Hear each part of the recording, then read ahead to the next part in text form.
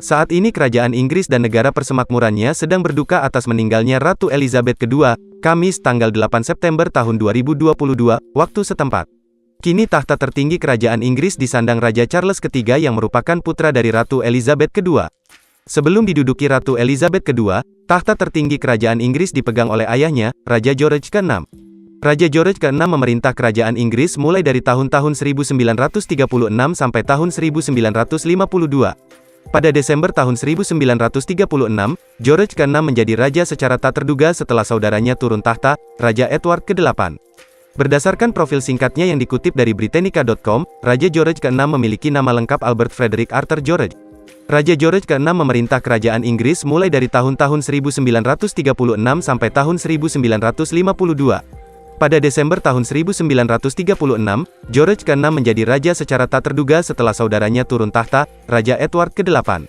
Berdasarkan profil singkatnya yang dikutip dari Britannica.com, Raja George ke-6 memiliki nama lengkap Albert Frederick Arthur George. Raja George ke-6 lahir pada tanggal 14 Desember tahun 1895 di Sandringham, Norfolk, Inggris. Ia meninggal di Sandringham pada tanggal 6 Februari tahun 1952. Sebelum menjadi raja, ia memiliki gelar Duke of York mulai dari tanggal 3 Juni tahun 1920.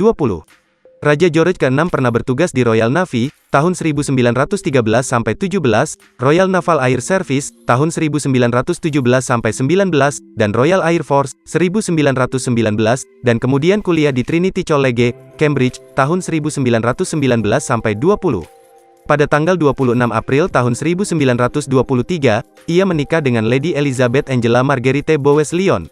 Dari pernikahannya lahir dua anak, Putri Elizabeth, setelah itu Ratu Elizabeth II dan ibu dari Raja Charles III, dan Putri Margaret. Duke of York naik tahta pada tanggal 11 Desember tahun 1936, setelah saudaranya Edward ke-8 turun tahta.